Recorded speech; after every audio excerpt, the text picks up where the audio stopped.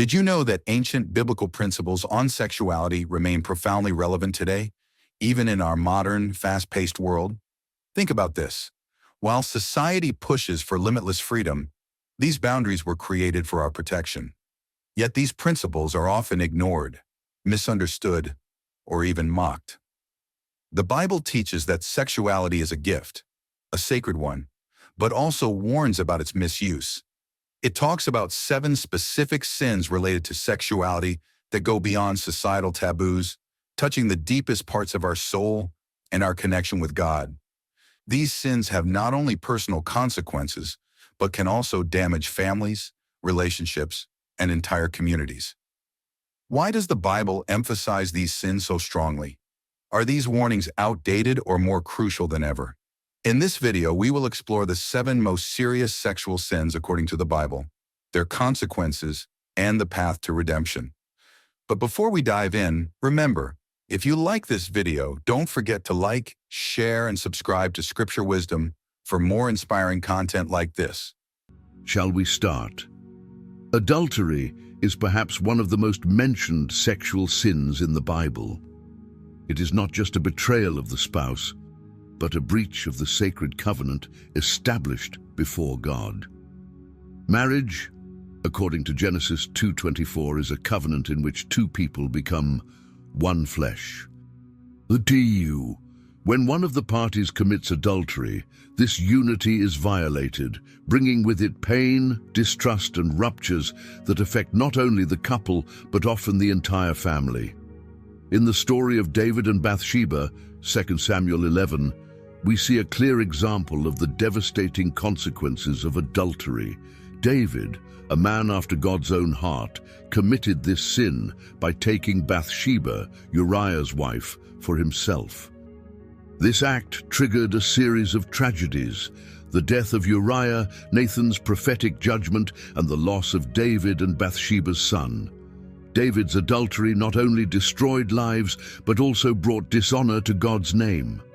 Today, adultery remains one of the leading causes of divorce and family dysfunction.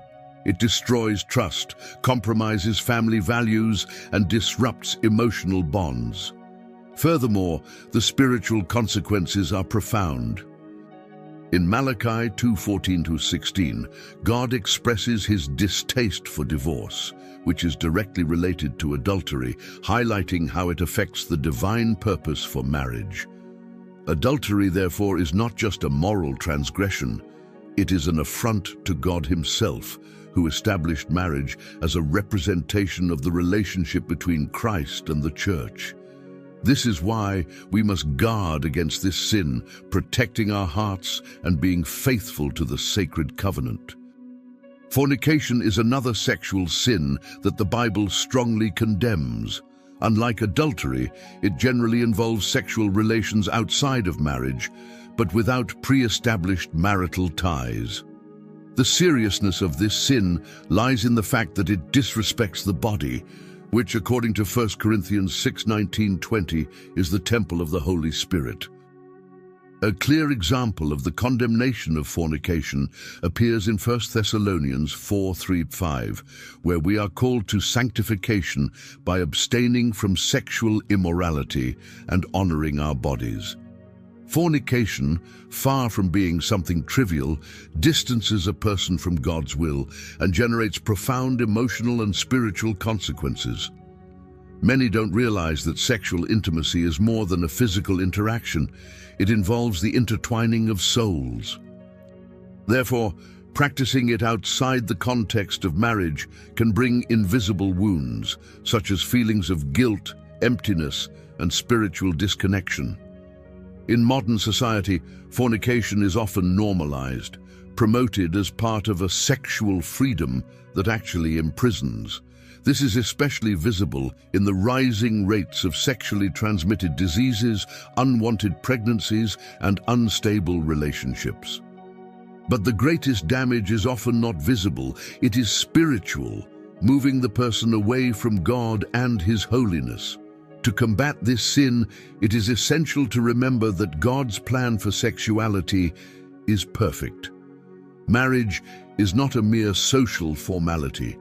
It is a divine protection that safeguards intimacy for the context where it can flourish without guilt or fear. Fornication violates this order and must therefore be avoided. Few sexual sins are as shocking as incest, and the Bible is clear in condemning it as a serious corruption of family ties. In Leviticus 18:6-18, God establishes specific rules against sexual relations between close relatives, showing how much He values the purity and integrity of family relationships. A striking example of incest in the Bible is the story of Lot and his daughters, Genesis 19:30-38. After the destruction of Sodom and Gomorrah, Lot's daughters, fearing that there would be no descendants, got their father drunk and had sex with him. This story not only reflects the moral degradation that can arise in times of crisis, but also serves as a warning about the devastating consequences of incest. The nations of Moab and Ammon, descendants of this union, became enemies